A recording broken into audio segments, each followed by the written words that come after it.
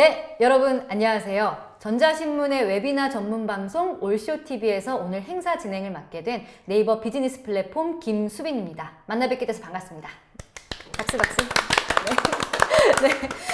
오늘 저희가 준비한 세션 주제는요, 네이버 클라우드 플랫폼은 컨테이너를 어떻게 사용할까인데요. 굉장히 많이들 궁금해 하실 만한 내용인 것 같습니다. 이 큰 제목 아래에서 오늘 저희는 도커와 이제 쿠버네티스에 대한 기본 개념 이해부터 저희가 이제 곧 5월에 출시하는 쿠버네티스 서비스에 대한 상품 사용 방법까지 알려드릴 예정인데요. 끝까지 자리 함께 해주시고 저희가 추후 조금 있다가 안내도 해드릴 경품도 놓치지 마시길 바라겠습니다. 자, 그러면 오늘 준비된 세션 3개에 대한 소개를 먼저 좀 드리고 본격적으로 시작을 해볼 텐데요. 먼저 각 세션을 맡아주실 연사분들을 소개해 드리고요. 어떤 내용으로 발표 준비를 하셨는지 청해 듣도록 하겠습니다. 먼저 윤성훈 아키텍트님 소개 부탁드립니다. 네, 안녕하세요. 방금 소개받은 네이버 비즈니스 플랫폼의 윤성훈이라고 하고요. 저는 요즘에 클라우드 시장에서 가장 핫하다라고 말씀드릴 수 있는 이제 쿠버네티스란 도대체 어떤 친구인가, 어떤 놈인가에 대한 얘기를 말씀드릴까 하고요. 세부적인 내용은 뒤에서 이제 컨텐츠 목차에서 말씀드릴 수 있겠지만 도커에 대한 네트워킹 부분들 말씀드리고 실제로 쿠버네티스 같은 이런 오케스트레이션 툴들이 왜 필요한가에 대한 부분 말씀드릴 수 있도록 하겠습니다. 네, 기대가 됩니다. 저도 약간 공부하는 마음가짐으로 청해 듣도록 하겠고요. 두 번째 세션 준비하신 최규범 엔지니어님입니다. 소개 부탁드려요. 네, 안녕하세요. 저는 네이버 비즈니스 플랫폼의 소프트웨어 엔지니어로 재직 중에 있는 최규범입니다. 저는 컨테이너 레지스트리 개발을 담당하고 있고요. 현재 이 플랫폼은 쿠버네티스를 통해서 운영되고 있습니다. 오늘 이 자리에서 저의 쿠버 경험담을 전해드리려고 합니다. 네, 따끈따끈한 경험담 저도 기대하도록 하겠습니다. 마지막으로 정낙수 에반젤리스트님 소개 부탁드리겠습니다. 예, 안녕하세요. 방금 소개받은 네이버 클라우드 플랫폼의 에반젤리스트 정낙수입니다. 제가 오늘 준비한 내용은 실제로 작은 서비스를 네이버 클라우드 플랫폼의 쿠버네티스 서비스를 이용해서 그 서비스 상에서 실제로 서비스를 올리는 작업을 시연을 보여드림으로써 실제로 저희 네이버 클라우드 플랫폼의 쿠버네티스 서비스가 얼마나 간편하고 얼마나 쉬운지를 좀 보여드리고자 합니다. 네, 이렇게 3개의 발표 내용 모두 간단하게 살펴봤는데요. 끝까지 청해 주시면 감사하겠습니다. 자, 이제 저희가 세션이 진행되는 동안 채팅방을 통해서 여러분들이 주시는 질문들을 확인을 할 수 있습니다. 그래서 궁금하신 점이 있으면 그때그때마다 채팅방을 통해서 참여를 해주시고요. 그 중에서 저희가 좋은 질문을 5개 선정을 해서 세션 3개가 모두 마무리된 이후에 답변을 직접 드리는 시간도 가져보도록 할 겁니다. 그래서 그때 좋은 질문 5개로 선정되신 분들께는 저희가 준비한 작지만 강력한 미니 공기청정기도 선물을 해드릴 테니까 많은 참여 부탁드리겠습니다. 자, 그러면 서두는 여기까지 하고요. 이제부터 본격적으로 첫 번째 세션 진행하도록 하겠습니다. 아까 잠깐 들었지만 그 도커나 쿠버네티스에 대해서 조금 이해도가 각기 여기 계신 분들도 좀 다르실 것 같아요. 그래서 저희 조금이라도 싱크를 맞춰보고자 이런 부분들에 대해서 전반적인 소개를 먼저 좀 해드리려고 합니다. 그래서 MVP 윤성훈 솔루션 아키텍트의 클라우드 시장의 대세 쿠버네티스란 무엇인가란 주제로 청해 듣도록 하겠습니다. 부탁드릴게요. 네. 방금 좀 전에 소개드렸던 이제 네이버 비즈니스 플랫폼의 윤성훈이고요.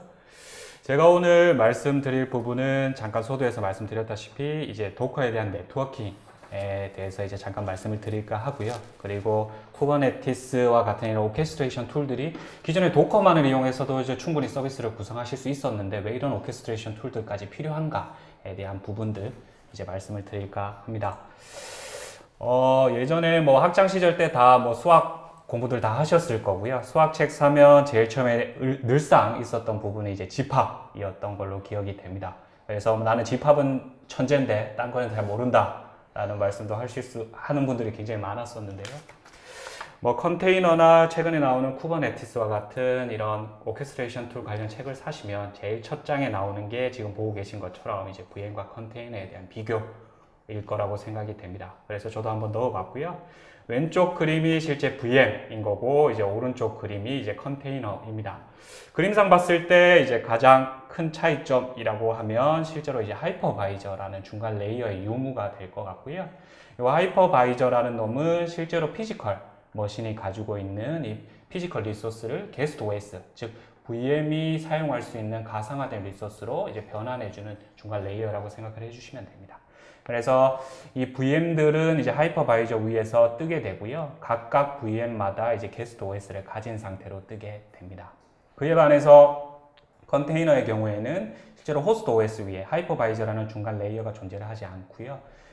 컨테이너 여러 런타임들 가운데 이제 하나의 도커 엔진을 설치를 해 주시고, 그 다음에 뭐 C그룹이니 네임스페이스니 여러 기존에 있던 기술들을 이제 차용을 해서 하나의 프로세스 형태로, 격리된 프로세스 형태로 뜨는 게 이제 컨테이너라고 생각을 해주시면 되고요. 기존 VM 대비해서 이제 게스트 OS 부분이 없다. 그래서 OS 레이어가 없기 때문에 훨씬 더 오버헤드가 적고 굉장히 라이트하게 사용을 할 수 있다는 장점이 있습니다. 추가적으로 말씀을 드리면 실제로 뭐 이미지를 만든다라고 하셨을 때 뭐 VM 대비해서 혹시 OS 레이어가 없기 때문에 컨테이너가 이미지 사이즈가 작을 거고요. 이미지 사이즈가 작다라는 의미 자체는 실제로 부팅하는데 그만큼 디플로이먼트가 빠르다라는 걸 의미를 하겠죠. 그래서 뭐 이러한 여러 가지 장점들을 가지고 있는 게 이제 컨테이너다라고 말씀드릴 수 있을 것 같습니다. 그 다음으로 제가 이제 쭉 뭐 잠깐이라도 쭉 말씀드리고자 하는 게 이제 도커 네트워킹에 대한 부분이고요. 호스트, 뭐 PM이 될 수도 있고 VM이 될 수도 있을 것 같습니다. 도커를 실제로 설치를 하시게 되면 도커 제로라는 리눅스 브릿지 디바이스가 생성이 되고요. 뭐 IF 컨피그를 이용을 해서 이제 도커 제로를 확인하실 수가 있습니다. 그리고 호스트에서 뜨는 모든 다양한 다수의 컨테이너들은 이 리눅스 브릿지 디바이스인 도커 제로에 바인딩 되는 상태로 뜨게 되고요. 이 도커에서 발생하는 모든 인아웃 바운드 패킷들은 실제로 도커 제로를 통해서 뭐 자기들 간의 통신이든 실제로 외부 통신이든 다 이루어지게 됩니다. 그래서 오른쪽 그림에 보시게 되면 실제 brctl이라고 해서 브릿지 디바이스를 컨트롤할 수 있는 명령어 셋인 거고요. brctl show라고 쳐주시면 실제 도커 제로라는 리눅스 브릿지 디바이스에 바인딩된 요 베스 디바이스들을 보실 수가 있고요. 요 베스 디바이스 하나하나가 컨테이너라고 생각을 해주시면 됩니다. 그래서 요 호스트에는 지금 9개 정도의 이제 컨테이너가 떠 있는 거고요. 여기에 매핑된 이제 페어 ETH0 디바이스는 컨테이너 내부에서 확인을 하실 수 있을 겁니다. 도커를 제일 처음에 설치를 하게 되면 실제로 디폴트로 브릿지 모드가 이제 선택이 되죠. 근데 이제 브릿지 모드 이외에도 도커에서는 여러 가지 네트워크 모드를 제공을 해 드리고 있고요. 브릿지 모드 그리고 호스트, 넌 모드 이렇게 제공을 해 드리고 있습니다. 참고로 말씀드리면 네이버 비즈니스 플랫폼, 그러니까 네이버 클라우드 플랫폼에서 이제 도커를 실제로 사용하실 때는 이제 브릿지 모드를 사용을 해 주셔야 된다는 거 참고로 말씀을 드리고요. 컨테이너 IP 풀, 요 IP 레인지 자체는 실제로 설치를 하실 때 뭐 입맛에 맞게끔 변경을 하실 수 있는 부분이지만 이제 디폴트로 이제 설치를 하시게 되면 172.17.0.0의 16비트 요 레인지 안에서 이제 랜덤하게 IP를 할당 받으실 수 있습니다. 밑에 그림 보시면 도커 인스펙트라는 서브 커맨드를 이용을 해서 실제로 이 서브넷 레인지 IP 레인지 확인하실 수도 있고요.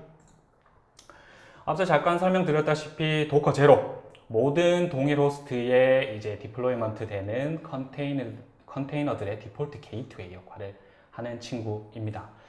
요거는 참고 사항으로 말씀드리는 부분이고요. 쿠버네티스를 실제로 구축을 하시면요, 도커 제로라는 역할은 CNI 제로라는 리눅스 브릿지가 대체하게 되는 거고요. 네이밍만 바뀐다라고 생각을 해주시면 됩니다. 그래서 IP를 보시게 되면 172.17.0.1로 디폴트 게이트웨이 IP를 가지고 있다라는 걸 확인하실 수가 있고요. 컨테이너의 내부에서 이제 라우팅 테이블을 보시게 되면 실제로 디폴트 게이트웨이가 0.1, 즉 도커 제로의 IP를 바라보고 있다라는 걸 확인하실 수가 있을 겁니다. 그래서 동일 호스트에 뜨는 모든 컨테이너들의 디폴트 게이트웨이가 도커 제로다. 이걸 통해서 자기들 간 통신 그리고 외부 통신을 한다라고 이해를 해주시면 좋을 것 같습니다. 네트워크적인 얘기를 할 때 항상 이스트, 웨스트, 사우스, 노스 이런 얘기를 많이 하고요. 저도 이제 컨테이너 간 네트워킹에서 이스트, 웨스트 커뮤니케이션 부분에 대해서 말씀을 드릴 수 있도록 하겠습니다. 동일 호스트에 디플로이먼트 된 이제 컨테이너 간 통신인 거고요. 말씀드렸다시피 이제 도커 제로라는 걸 이용을 해서 이제 서로 간에 특별한 작업, 분명히 요거를 이제 막을 수는 있긴 한데 특별한 작업을 하지 않으시면 이제 애들 간의 통신은 이제 그냥 가능한 거고요. 실제로 도커를 예전부터 이용하셨던 분들에게는 익숙한 개념이실 거라고 생각이 되고요. 링킹이라는 컨셉 자체가 있습니다. 이게 뭐 컨테이너가 됐던 VM이 됐던 실제로 PM 머신에서 보면 하나의 프로세스 형태로 떠 있는 거고요. 이 말인즉슨 뭐 다양한 원인들에 의해서 실제 쉽게 죽을 수 있다라는 걸 의미를 하거든요. 그래서 이런 컨테이너가 가지고 있는 여러 라이프 사이클의 한계, 이런 IP를 이용한 통신의 한계점들을 보완하기 위해서 나온 컨셉이 링킹이라고 생각을 해주시면 됩니다. 그래서 컨테이너의 ETC 호스트 파일에다가 컨테이너의 네이밍을 박아가지고 도메인을 이용한 통신을 하겠다라는 컨셉인 거고요. 참고사항으로 요 밑에 그림을 보시면 실제로 ETC 호스트 파일에 이제 컨테이너의 네이밍이 박힌 걸 보실 수가 있고요. 이 컨테이너의 ETC 호스트 파일은 실제로 호스트에 특정 경로에 마운트가 되어 있기 때문에 이런 컨셉을 실제로 사용하실 수가 있는 거고요. 근데 이런 링킹이라는 컨셉 자체가 가지고 있는 한계점이 있고요. 요거는 전부 다 이제 동일 호스트 내에 있는 이제 컨테이너가 통신을 하는데 사용할 수 있다. 그 네트워크 스코프 자체가 호스트, 로컬로 한정적이다라는 한계점을 가지고 있습니다. 실제로 링킹이라는 옵션은 이제 많이 사용하지 않으실 거고요. 최근에 이제 뭐 사용한다 하시면 이제 커스텀 네트워크 부분이겠죠. 커스텀 네트워크는 실제로 뭐 클라우드에서 말하는 뭐 프라이빗 서브넷 혹은 뭐 VPC라는 개념, VM 간의 추가적인 네트워크 패스를 만들어주는 그 개념이라고 이해를 해주시면 되고요. 뭐 커스텀 네트워크당 리눅스 브릿지가 생성이 되는 거고요. 실제로는 도커 네트워크 크리에이트라는 명령을 이용해서 각각의 커스텀 네트워크를 생성하실 수가 있습니다. 그 각각의 커스텀 네트워크는 이제 리눅스 브릿지 디바이스를 가지게 되는 구조고요. 도커를 실제로 띄우실 때, 런 하실 때 이제 바인딩하고 싶은 네트워크를 이제 선택을 해주시면 해당 네트워크의 리눅스 브릿지 디바이스에 바인딩이 되는 구조로 이제 사용을 하실 수가 있고요. 동일 네트워크에 바인딩된 컨테이너가는 당연히 통신이 가능한 거고요. 서로 다른 네트워크에 바인딩 되어 있는 컨테이너가 통신은 불가능하겠죠. 이 커스텀 네트워크라는 컨셉 자체도 앞서 이제 말씀드렸던 이제 뭐 링킹이라는 옵션, 도커 제로라는 옵션들처럼 이제 그 네트워크 스코프 자체가 그 단일 호스트 내의 컨테이너 간 통신만 가능하다라는 단점, 한계점이 존재를 합니다. 그러면 이제 뭐 궁금하실 수도 있을 부분인 것 같고요. 뭐 단일 호스트에 모든 컨테이너를 다 넣어서 서비스를 구성하시는 데는 한계점이 분명히 존재를 할 거고요. 그래서 다수의 호스트에 내가 컨테이너를 스케줄링해서 사용을 하고 싶을 때는 어떻게 해야 되느냐라는 부분이 분명히 이제 생기실 거고요. 이럴 때 이제 오버레이 네트워크, 추가적인 이제 멀티 호스트에 할당되어 있는 컨테이너를 위한 추가 오버레이 패스를 만들어 주시는 게 필요하고요. 뭐 그런 것들을 가능하기 위한 플러그인으로 뭐 OVS 가능하고요. 뭐 플래너나 칼리코 웨이브와 같은 플러그인들을 사용을 해서 실제로 이런 패스를 만들어 주실 수 있습니다. 이런 컨셉 자체를 진짜 실제로 쿠버네티스가 이제 제공을 해드리고 있는 거고요. 요거는 실제로 뒤에서 왜 우리가 이제 쿠버네티스와 같은 오케스트레이션 툴을 사용해야 되는가에 대한 이유를 설명드릴 때 이제 좀 더 자세하게 설명드릴 수 있을 것 같습니다. 이 부분은 이제 오픈소스 쿠버네티스를 이용해서 실제로 한번 구축을 해 본 걸 제가 이제 참고사항으로 이제 가져온 장표인 거고요. 뭐 오버레이 네트워크 플러그인들 중에 플래너를 이용을 해서 이제 멀티 호스트의 컨테이너 간 통신 환경을 구성해 본 겁니다. 뭐 실제로 여러 가지 네트워크 오버레이 플러그인들이 존재를 하고 그 플러그인마다 이제 각각의 특징들이 존재를 하고요. 상황에 맞게끔 선택해서 사용해 주셔야 합니다. 제가 잠깐 처음에 말씀드렸던 것처럼 이제 쿠버네티스 클러스터에는 이제 도커 제로가 아닌 CNI 제로, 컨테이너 네트워크 인터페이스의 줄임말인 CNI 제로가 도커 제로의 역할을 한다라고 말씀을 잠깐 드렸었고요. 그래서 뭐 IP를 보시게 되면 실제 0.1이라는 디폴트 게이트웨이 IP를 가지게 되고 실제로 BRCTL show라는 명령어를 통해서 이 CNI 제로에 바인딩 되어 있는 베스 페어들을 보실 수가 있습니다. 도커 제로와 동일한 역할을 한다라고 생각을 해주시면 되고요. 이제 사우스 노스 커뮤니케이션에 대한 부분입니다. 실제 도커를 사용하는 이유가 외부와 어떤 서비스, 외부의 익스포즈에서 사용을 하는 거잖아요. 그래서 외부와의 통신을 위해서 컨테이너는 어떻게 사용을 해야 되는가에 대한 부분 말씀드릴 거고요. 컨테이너, 즉 도커를 런 하실 때 이제 외부에 익스포즈 하시게 될 포트를 이제 선정을 해서 이제 오픈을 시켜주시면 되는 거고요. 여기서 보시면 뭐 8080을 외부에 오픈시켜서 이제 컨테이너를 띄우겠다라는 명령어입니다. 그리고 쿠버네티스에서는 이제 서비스라는 오브젝트가 존재를 하고요. 이 서비스 오브젝트는 뭐 간단하게 설명을 드리면 실제로 쿠버네티스를 담을 수 있는 그릇 정도라고 표현할 수 있는 이 팟을 외부에 오픈시켜주기 위한 방법을 제공해주는 오브젝트다라고 이해를 해주시면 되고요. 뭐 여러 가지 서비스 타입이 존재를 합니다. 뭐 밑에 보시는 것처럼 이제 클러스터 IP라고 해서 클러스터 내에서만 통신이 가능하게 하는 방법. 그리고 뭐 3만 번대 랜덤 포트를 이제 팟에 할당을 해서 외부에 오픈시켜주는 노드 포트 방식도 존재를 하고요. 그리고 CSP에서 제공하는 LB랑 연동을 해서 이제 서비스를 구성하실 수도 있는 LB 타입도 존재를 합니다. 그래서 쿠버네티스에서는 이제 서비스라는 오브젝트를 통해서 실제로 외부에 컨테이너를 오픈해서 사용을 하실 수가 있다라는 부분 말씀드리고요. 그 다음은 도커 컨테이너뿐만 아니라 VM도 다 이런 구조로 되어 있고요. 실제로 PM에서 IP 테이블, DNAT, SNAT 설정, IP 테이블 룰셋을 보시면 실제로 이렇게 다 SNAT과 DNAT에 대한 룰셋이 들어가 있고요. 이 룰셋에 따라서 실제로 컨테이너는 외부와 통신을 하게 된다라는 부분까지 말씀을 드릴 수 있을 것 같습니다. 이제 여기까지가 제가 준비한 도커 네트워킹에 대한 부분이었고요. 이제 쿠버네티스에 대한 부분 말씀드리도록 하겠습니다. 쿠버네티스란 뭔가에 대해서 이제 제가 위키피디아에서 한번 긁어 와 본 거고요.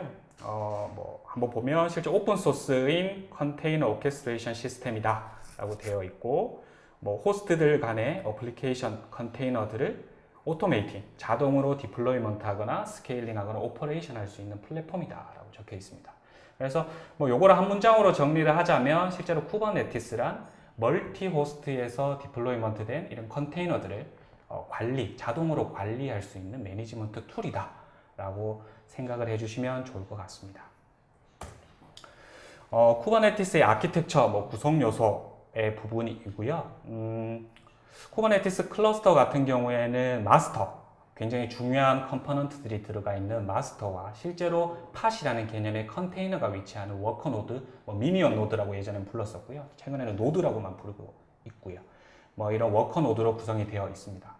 이 클러스터 자체를 이제 스탠드 얼론으로 구성을 하실 수도 있는 부분이고, 1대-N, N-대-N 구성으로 입맛에 맞게끔 사용하실 수 있는 부분이지만, 실제로 프로덕션 환경에서 만약에 오픈소스를 이용해서 구성을 하신다라고 하면 이제 N-대-N으로 구성을 해서 사용을 당연히 하셔야 되는 부분이고요.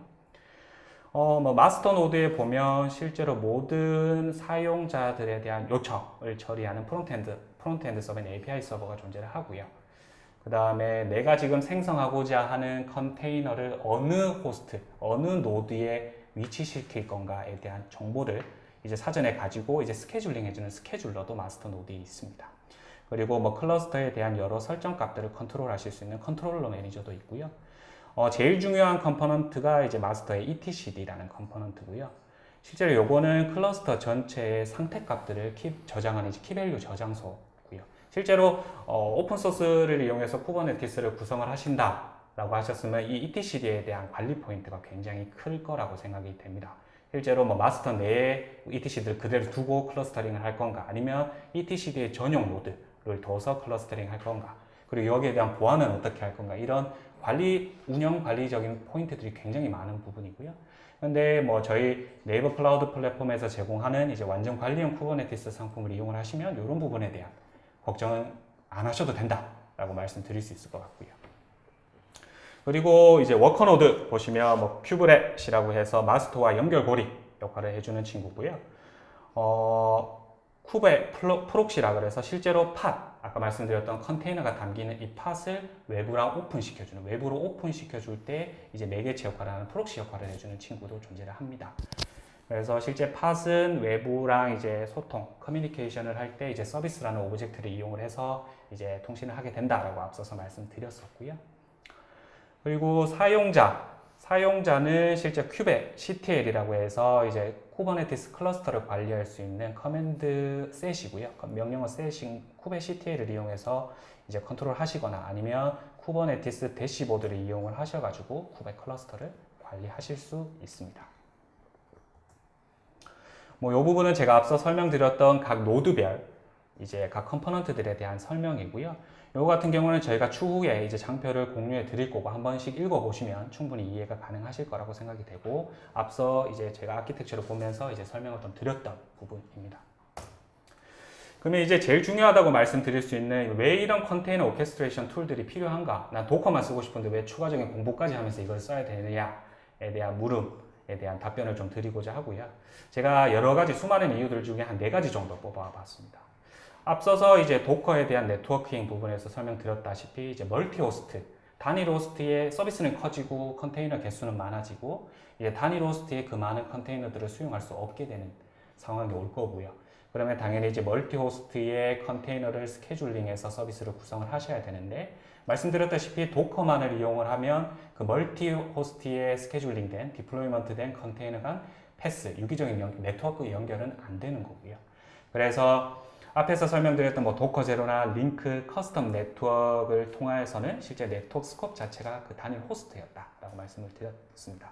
그래서 쿠버네티스를 사용을 하시면 앞에서 보셨던 것과 같이 이제 추가적인 뭐 몇 가지 플러그인들을 제공을 하고 있고, 그 취사 선택해서 사용을 하시면 되는 부분이고, 오버레이 네트워크를 구성을 하셔가지고 이제 멀티 호스트에 스케줄링된 컨테이너 간 통신도 가능하다. 이런 컨셉을 실제로 쿠버네티스가 제공을 해드린다라는 거고요. 그 다음에 이제 멀티 호스트에 이제 컨테이너를 할당을 해서 서비스를 구성하면 당연히 이제 고민하셔야 될 부분이 어느 호스트에 이제 내 컨테이너를 위치시켜야 되느냐 하는 부분일 거고요. 뭐 단일 호스트에 많은 컨테이너를 한 번에 넣으면 당연히 이제 성능적인 이슈라던가 아니면 그 해당 호스트에 이슈가 발생했을 때 장애에 대한 파급 효과가 너무 크겠죠. 그래서 적절하게 스케줄링 알고리즘을 가지고 적절하게 이제 호스트를 선정해 줘야 되는 스케줄링이 필요합니다. 그래서 쿠버네티스라는 이제 플랫폼을 당연히 사용을 하시면 이제 호스트에 대한 리소스, 뭐 CPU나 메모리 이런 호스트에 대한 리소스 정보값은 당연한 거고요. 뭐 어피니티라 그래서 실제 노드 어피니티나 뭐 인터팟 어피니티 같은 이런 컨셉들을 제공을 하고요. 내가 선호하는 특정 팟이 선호하는 노드를 사전에 설정해 주실 수도 있고, 아니면 이 팟이 있는 호스트에는 이 팟은 띄울 수 없어. 이런 인터팟, 팟 간의 어피니티로 설정을 해 주실 수도 있습니다. 이런 여러 가지 이제 기준들로 이제 스케줄링 노드도 선정하실 수 있다. 이런 컨셉 자체를 쿠버네티스가 제공을 해 드린다는 부분이고요. 그 다음에 제일 중요한 부분이죠. 실제로 컨테이너 프로세스 형태로 떠 있고 굉장히 쉽게 죽을 수 있다라고 앞서서 말씀드렸었고요. 이렇게 쉽게 죽을 수 있는 컨테이너에 대한 장애 복구는 어떻게 하느냐? 쿠버네티스에서는 뭐 레플리케이션 컨트롤러, 레플리카 셋, 뭐 디플로이먼트 이런 컨셉들을 제공하고요. 뭐 레플리케이션 컨트롤러와 레플리카 셋은 실제로 동일 개념인데 뭐 약간의 표현하는 신텍스가 좀 다르다라고 생각을 해주시면 될 것 같고요. 셋 다 동일합니다. 실제로 이 클러스터, 쿠베 클러스터 내에서 이 팟을 몇 벌로 유지를 할 건가를 사용자가 정의하는 오브젝트라고 생각을 해주시면 되고요. 그림을 보시면 이제 컨테이너 호스트 3번에 컨테이너 5번이 죽었습니다. 그러면 자동으로 컨테이너 9번을 띄워주는 역할을 쿠버네티스가 하는 거고요. 그리고 호스트 3번 노드 자체가 죽었을 때 노드에 가지고 있던 모든 컨테이너를 다른 호스트에 스케줄링해서 자동으로 띄워주는 역할을 쿠버네티스가 하는 겁니다. 그래서 이런 레플리케이션 컨트롤러나 레플리카스의 디플로이먼트라는 걸 이용을 해서 이제 desired 값, 내가 설정한 내가 원하는 수치를 사전에 설정해 놓고 현재 클러스터 내의 커런트 값과 항상 비교를 하면서 이게 미스매치가 났을 때 거기에 맞춰서 이제 desired 값의 수렴이 되도록 항상 컨테이너 카운트를 유지를 해준다는 컨셉인 거고요. 요게 실제로 쿠버네티스에서 제공이 됩니다. 그리고 마지막이고요. 컨테이너 교체가 필요하다. 뭐 당연히 이제 컨테이너를 이용해서 서비스를 하시다 보면 당연히 뭐 수정, 소스에 대한 수정이나 배치 이런 게 필요하실 거고요. 예전에 보시면 그냥 도커만 사용을 하셨을 때는 이미지를 새로 말아가지고 컨테이너를 새로 띄우시고 그리고 서비스의 절체가 있었어야 되는 거고요. 그러면 당연히 서비스에 대한 다운타임이 발생을 하는 부분이었습니다. 근데 이제 쿠버네티스에서는 어떤 컨셉을 제공을 해드리냐면 물론 쿠버네티스가 여기 말씀드리고자 하는 이제 롤링 업데이트 말고도 굉장히 많은 이제 배포 방법론들을 제공을 해드리고 있고요. 그 중에 대표적인 게 이제 롤링 업데이트라서 가져오고 온 겁니다. 롤링 업데이트라는 컨셉을 제공해 드리고 있고, 요거는 실제 신규 팟을 생성을 하고 실제 올드 팟을 삭제를 하고 신규 팟을 생성하고 올드 팟을 제거를 하는 그래서 실질적으로 서비스에 대한 다운타임 없이 점진적으로 변경 사항에 대해서 적용을 하실 수 있는 이런 롤링 업데이트에 대한 컨셉도 제공을 해드리고 있습니다.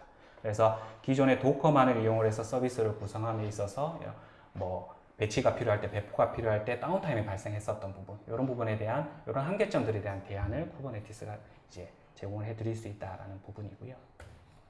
그리고 마지막으로 실제로 쿠버네티스의 기능 부분입니다. 이 부분은 제가 앞서 설명해 드렸던 부분에 다 내용이 나와 있는 부분이라 실제로 저희가 향후에 제공해 드리는 저희 자료들 이용을 해서 한번 읽어봐 주시면 좋을 것 같고요.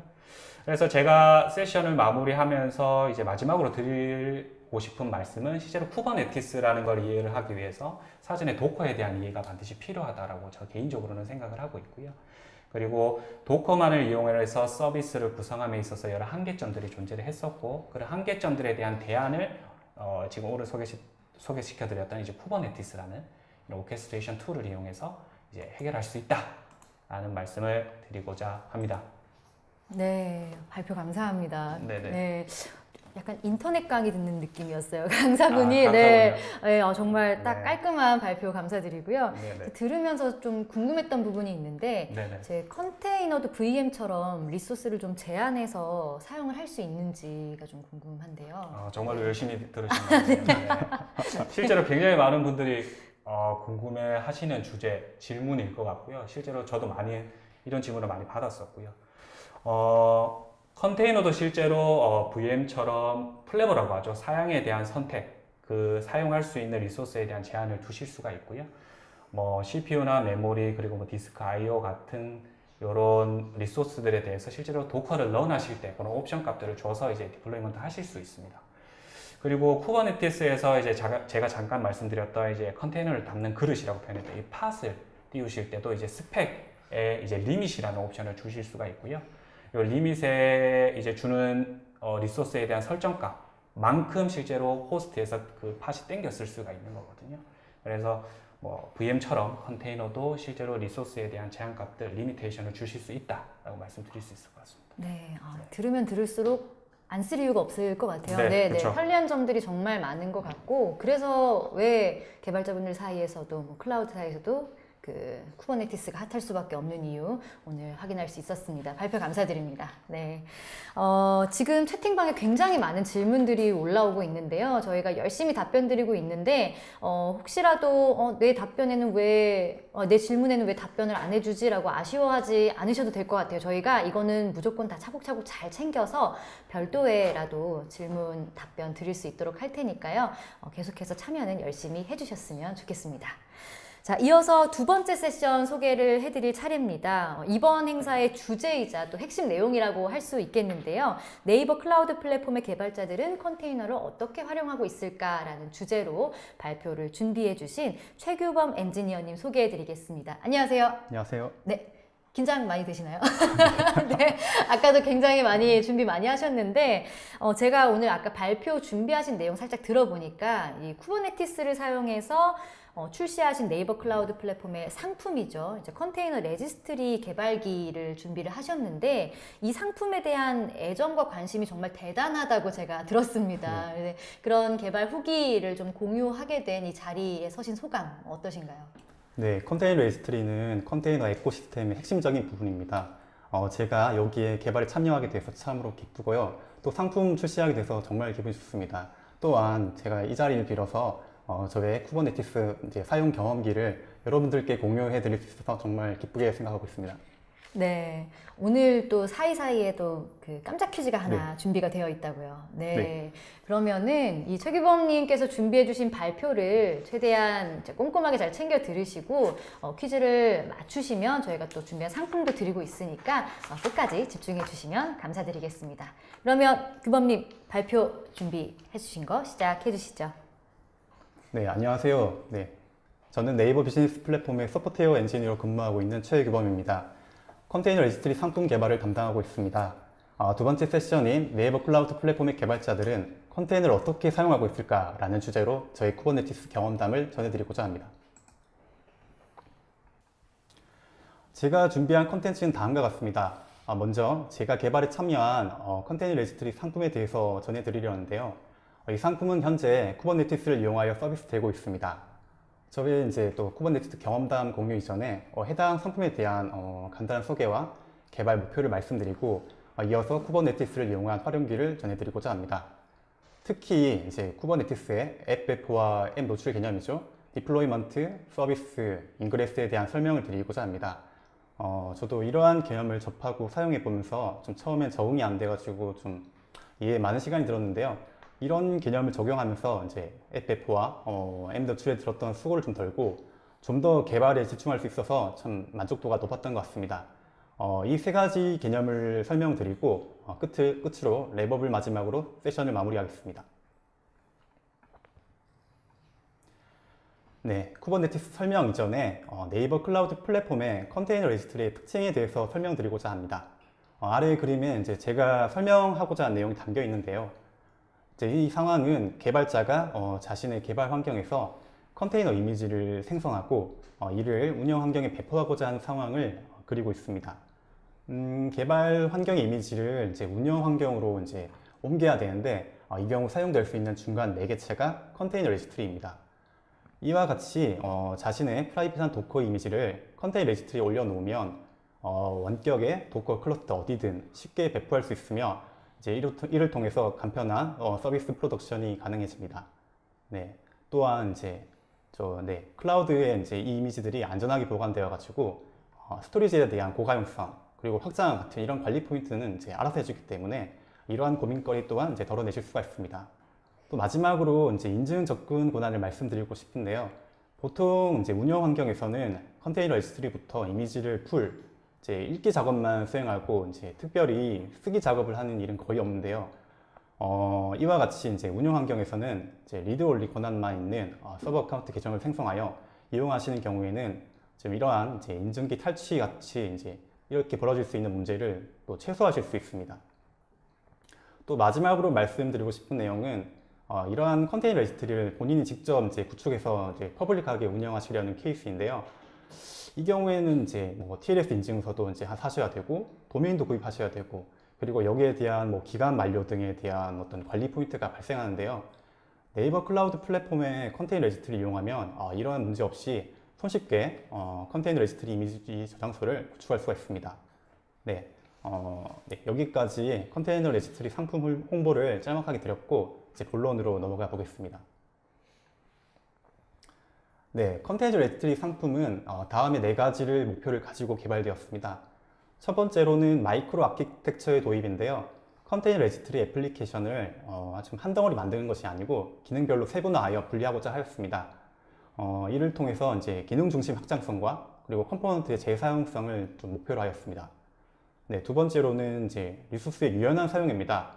컴포넌트마다 이제 CPU 그리고 메모리와 같은 자원을 필요한 만큼 요청하여 사용하고 운영하면서 이제 그 사용량을 확인하고 필요시 확장하는 것을 고려하였습니다. 그리고 이제 다음으로는 분산 시스템의 구축입니다. 필요시 이제 가상 머신과 같은 인스턴스를 추가하여서 쉽게 전체 시스템의 용량을 확장하고 또 갑작스러운 컴포넌트의 중단에도 전체 시스템의 동작에는 문제가 없는 고장 감내를 고려하였습니다. 네, 마지막으로는 이제 인프라스트럭처 관리의 중앙화입니다. 보통 이제 가상 머신에 접근하여 일일이 뭐 설정해 주는 일이 많은데 이걸 좀 지양하고 중앙에서 이를 자동화할 수 있는 도구를 이용하고자 하여 좀 관리 포인트를 최소화를 강구하고자 하였습니다. 네, 여기서 이제 말하고 있는 이 4가지 목표들은 컨테이너와 이하스의 관리 포인트를 최소화하자가 주된 내용인데요. 컨테이너 레지스트리 상품에서는 이를 쿠버네티스를 이용하여 상당 부분 도움받고 있습니다. 네, 앞서 말씀드린 목표로 개발된 컨테이너 레지스트리 상품의 대략적인 내부 구조를 살펴보겠습니다. 컨테이너 레지스트리 상품을 이용하는 방법은 슬라이드 상단에 이제 도커 CLI와 웹 콘솔 2가지 방법이 있습니다. 이러한 사용자 요청들을 적절한 컴포넌트로 라우트하기 위해 상단에 이제 API 라우팅하는 모듈이 있습니다. 이 API 라우팅하는 이제 요청이 대상이 되는 이제 주요 컴포넌트를 살펴보면은 이미지에 대한 푸시풀을 담당하는 도커 레지스트리 서버, 그리고 CLI 및 콘솔에서 API 호출이 대상이 되는 API 서버, 그리고 콘솔 대시보드를 위한 UI 서버가 있습니다. 또 마지막 코어 서비스 요소는 제 백그라운드 잡인데 이미지 삭제와 같은 작업들이 있는데요. 이런 작업들은 이미지 레이어에 대한 뭐 참조 관계를 확인하는 등 부하가 좀 큰 작업이어서 비동기로 작업을 처리하고 있습니다. 이 비동기 작업 처리를 지원하기 위해서 이제 오른쪽에 이제 메시지 큐 또한 이용되고 있습니다. 또 부가적으로 하단에 이제 뭐 인증 모듈, 캐싱 모듈, 뭐 데이터 저장을 위한 뭐 RDBMS가 사용되고 있습니다. 또 이 컴포넌트들은 전부 이제 쿠버네티스를 이용하여 앱 배포 및 앱 노출을 이제 하고 있습니다. 네, 이제 이런 컴포넌트들은 이제 쿠버네티스의 디플로이먼트를 이용하여 배포가 되었고요. 각 컴포넌트들이 이제 서로의 기능을 이제 호출하기 위해서는 이제 어떤 호출하기 위한 방법론이 필요한데, 이는 이제 쿠버의 서비스라는 오브젝트를 이제 유용하게 사용하고 있습니다.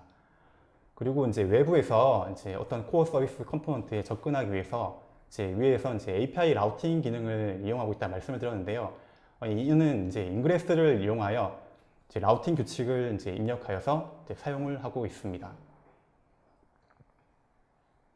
네, 앞서 이제 컨테이너 레지스트리 상품에서는 앱 배포를 위해 이제 쿠버네티스의 디플로이먼트, 그리고 앱 노출을 위해 서비스와 인그레스를 이용하고 있다고 말씀드렸습니다. 이번 장부터는 이제 이 세 가지의 특징에 대해서 살펴보도록 하겠습니다. 네, 해당 피처들에 대해서 간단히 말씀드리면, 디플로이먼트는 상태가 없는 앱들의 배포를 담당합니다. 배포 시에 이제 개발자가 운영될 컨테이너 수와 같은 스펙을 입력하게 되는데, 디플로이먼트는 클러스터 내 이제 사용자 요청한 이런 스펙들을 계속 유지시켜주는 컨트롤러로서의 역할도 수행합니다. 다음으로는 이제 앱 노출을 담당하고 있는 서비스와 인그레스인데요.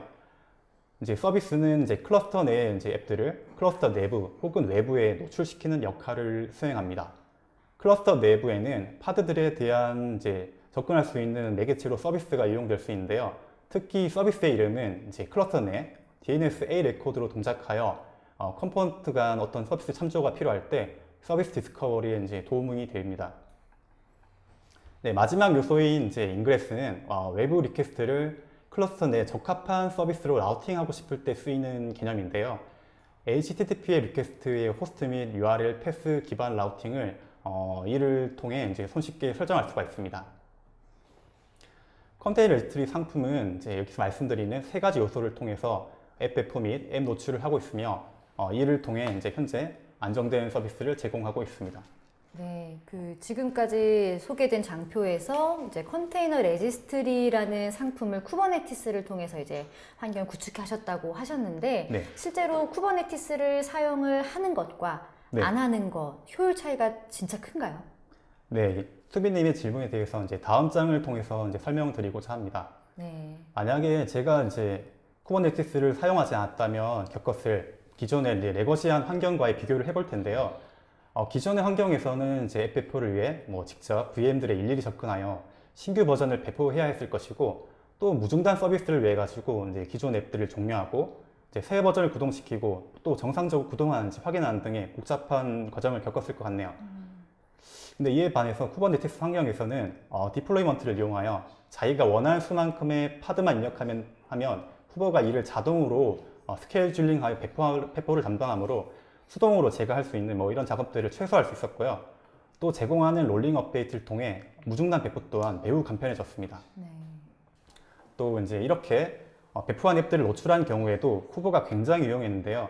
기존 환경이라면 제가 뭐 일일이 VM에 들어가가지고 뭐 엔진엑스 규칙을 설정하고 이제 뭐 쿠버네티스에 이제 뭐 서비스 같은 기능이 없어가지고 서로 참조가 어려웠을 텐데, 서비스 참조 또한 쿠버네티스의 서비스 기능을 이용하여 기능 호출도 굉장히 쉬웠고요. 그리고 쿠버네티스의 이제 인그레스를 이용하여 가지고 라우팅 규칙 또한 정말 간편하게 설정할 수 있어가지고 수고를 많이 덜 수 있었던 것 같습니다.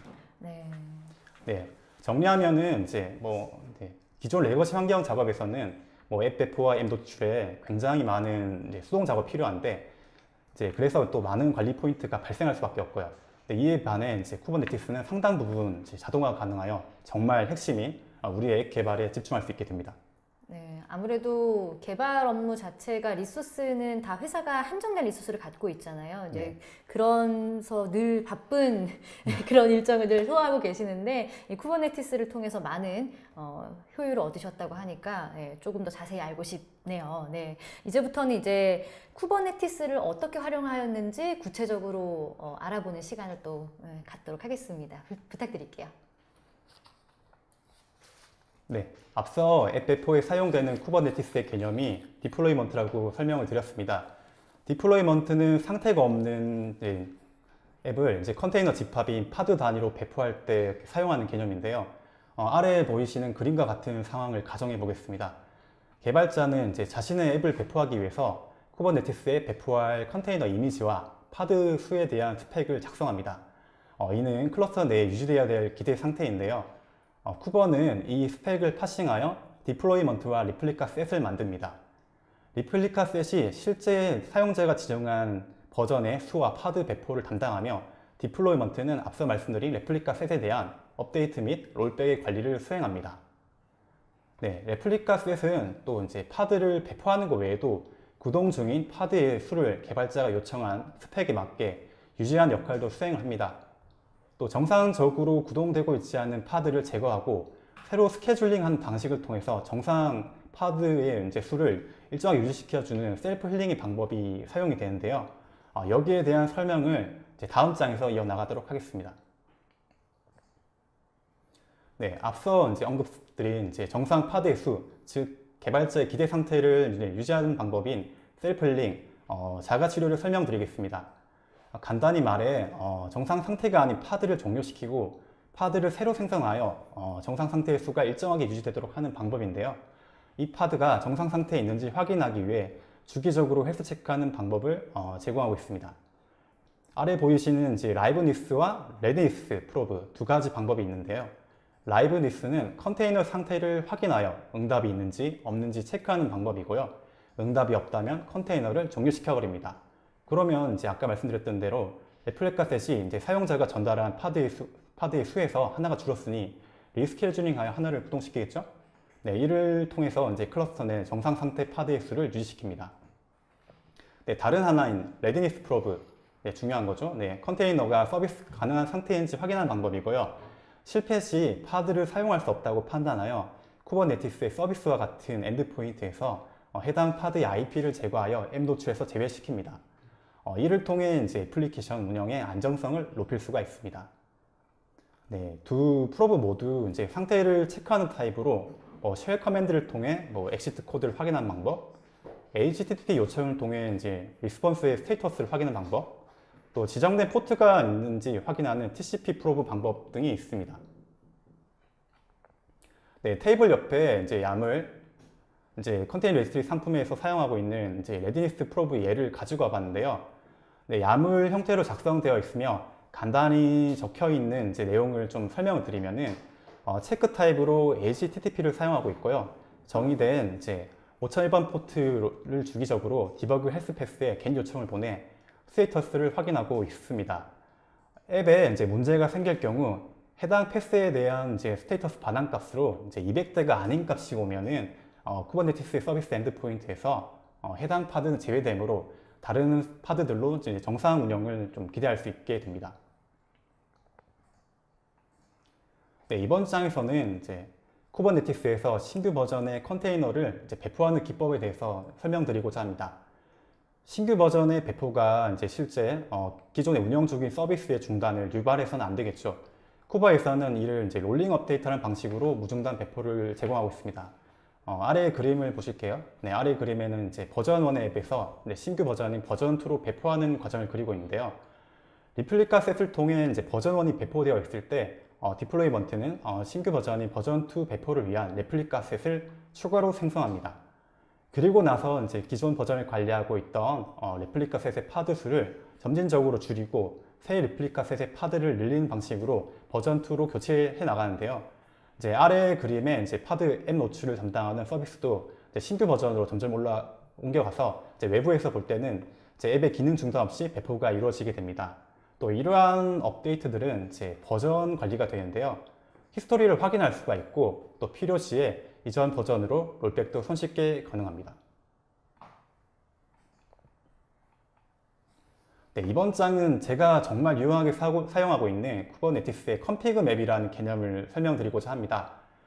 디플로이먼트를 사용할 때 함께 사용될 수가 있고요. 또 제가 상단에 녹색으로 적어 놓은 것처럼 앱과 설정값의 분류에 쓰일 수가 있습니다. 쿠버네티스에서 설정값을 컨피그 맵에 키밸류 쌍으로 미리 저장해 놓을 수 있고요. 이 값을 파드 배포시의 컨테이너 안의 볼륨에 실제 파일인 것처럼 리드 올리 파일로서 임포트할 수가 있습니다. 네, 좀 제가 말씀드리는 이런 컨피그 맵을 좀 극단적인 사례로 좀 장점을 살펴볼 텐데요. 제 아래 왼쪽 그림 케이스를 살펴보시겠습니다. 동일한 기능을 가진 앱인데 이 앱에 배포 환경 여러 가지여서 설정값 주입을 위해 이제 환경별로 설정 파일을 하드 코딩해서 컨테이너 이미지를 3개 빌드한 경우입니다. 이 경우에는 이제 이미지별로 좀 관리 포인트가 발생할 수밖에 없겠죠. 네, 오른쪽 사례는 이러한 설정값과 앱을 분리하여 이제 설정값은 쿠버 컨피그 맵에 저장하고 필요시 이제 임포트한 예입니다. 환경이 달라질 경우에 이제 이러한 컨피그 맵만 수정해 주면 되기 때문에 앱에 대한 이식성을 높일 수가 있고 또 이제 필요시 구성을 쉽게 변경할 수 있다는 장점이 있습니다. 또 제가 실제 사용하고 있는 컨테이너 레지스트리 앱에 대한 야물 파일의 값을 일부 이제 가져와 봤는데요. 컨테이너 레지스트리 상품에도 내부에 개발, 베타 등의 이제 환경이 존재합니다. 이제 상단에 보이는 이제 커맨드처럼 이런 레지스트리 앱을 구동하기 위해서는 볼륨 내 야물 파일에 이제 경로를 입력해 줘야 되는데요. 네, 아래 보이는 컨피그 맵은 이제 레지스트리 앱이 필요한 설정을 미리 입력해 놓은 예제인데요. 이제 잘 보시면 이제 데이터 키 밑에 이제 config.yaml이라는 키 값으로 필요한 설정이 지금 입력되어 있습니다. 네, 우측에 이제 빨간 박스에 이제 볼륨 부분에 이 컨피그 맵의 이름을 입력한 것만으로 이러한 이제 그 컨피그 맵의 설정들을 이제 파일에 볼륨으로 임포트할 수가 있습니다. 이런 방법을 통해 가지고 이제 앱 내에 어떤 설정 값이 수정이 필요가 하면은 이제 컨테이너를 추가 빌드하는 것이 아니고 이런 컨피그 맵만 이제 수정해 주면 되므로 구성 변경이 매우 이제 쉬워지는 장점이 있습니다. 네, 앞서 설명드린 컨피그 맵처럼 이제 쿠버네티스에는 파드 운영에 도움이 되는 피처가 굉장히 많은데요. 좀 마지막으로 제가 이제 파드 라이프 사이클 후기라는 걸 가지고 와봤습니다. 이제 컨테이너 라이프 사이클 동안에 포스트 스타트, 프리스타트와 같이 이제 컨테이너 시작과 종료 전에 이벤트가 이제 발생하고 이를 이제 감지하는 기법인데요. 만약에 개발자가 핸들러를 등록해 놨다면은 쿠버가 이를 호출해 줍니다. 컨테이너 레지스트리는 이제 프리스탑 핸들러를 사용하고 있는데요. 이제 레지스트리 상에서 백그라운드 잡에서 이제 어떤 컨테이너 이미지 삭제와 같이 이런 잡들이 구동 중일 때 이 핸들러를 이용하여서 사전에 이런 작업들을 종료하도록 처리하고 있습니다. 또 다른 목적으로는 또 한 가지 팁일 수가 있는데요. 컨테이너 종료 시에 이제 시그텀과 같은 커널 시그널을 이제 컨테이너 안의 프로세스가 수신하지 못하는 케이스가 종종 있는데요. 이제 이런 문제를 해결하기 위해 가지고 프리스탑 핸들러를 통해서 어떤 이제 의도한 작업을 수행하는 것이 좀 유용하게 사용될 수가 있습니다.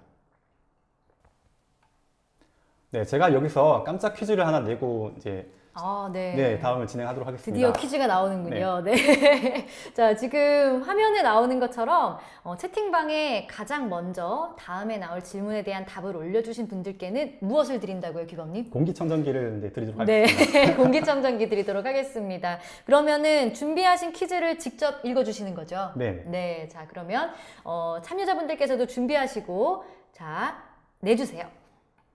네, 파드가 정상적으로 서비스 가능한 상태인지 주기적으로 체크하는 방법을 지칭한 단어를 적어주시면 되겠습니다. 네, 힌트는 이제 영문입니다.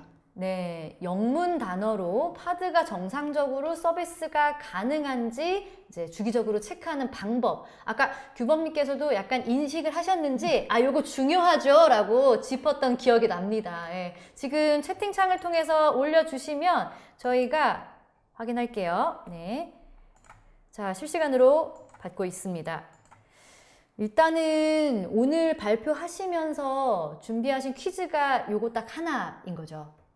그렇죠? 네, 맞습니다. 네, 그만큼 중요합니다. 네, 공기청정기가 물론 여러 대 준비가 되어 있지만 퀴즈를 통해서 받으실 수 있는 공기청정기는 지금 요 딱 한 대라는 부분.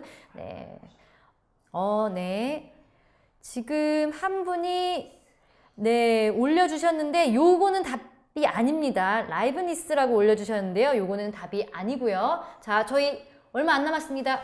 힌트를 주신다면 뭐가 있을까요? 뭔가 준비를 해야 되지 않을까요? 준비. 네. 준비라는 단어를 지금 힌트로 주셨습니다. 네, 영문이라고 했으니까 R로 시작하는 단어이겠네요. 네. 자, 올라오는 부분 네.